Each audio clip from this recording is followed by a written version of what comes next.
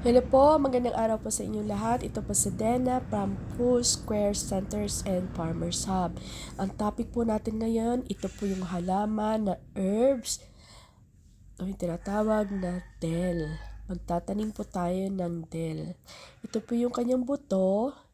Yan po brown na po siya. Ibig sabihin matured na. Ngayon, may nakaprepare na kasi akong paglalagyan niya. Yan.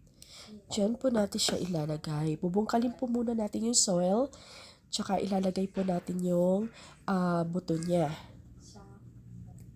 Ganyan lang po ako. Basa na po yung soil niya. Tama-tama lang. Tapos lalagyan ko na ng guhit yan sa gitna. Tapos diyan ko ilalagay yung buto. Ganyan lang po ako pag nagtatanim. Simple lang. Wala masyadong seremonya. Yan po. Ito po yun. Pag brown na siya, okay na po yan na itanim. Yung herbs pala na dill ay pwede po natin gamitin during fermentation para mabango po siya. Pag nagprito tayo ng isda o gumagawa tayo ng side dish, salad, pwede din po siya kasi ang bango-bango po niya. Yan po yung ginagamit sa mga Michelin restaurants, sa mga fine dining na rin po. Sa mga salad, makikita rin po natin yan. Yan po. Yan po, binububuran lang po natin siya ng seeds ng dill. Lang po. Ganyan lang po siya kasimple. Pag nakapagpatubo po kayo ng isang halaman na buhay na dill, papamanture nyo lang po siya. Tapos, yun na po. Marami na kayong seeds makukuha sa isang halaman lang o isang puno.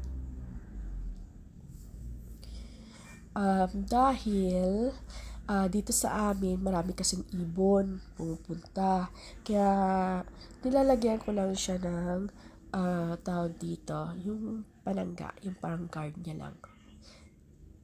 Yan po yung puno ng dill. Marami po tayong mga benefits na makukuha sa dill. Kaya isa po siya sa mga herbs na tinatawag o part din po siya ng mga spices.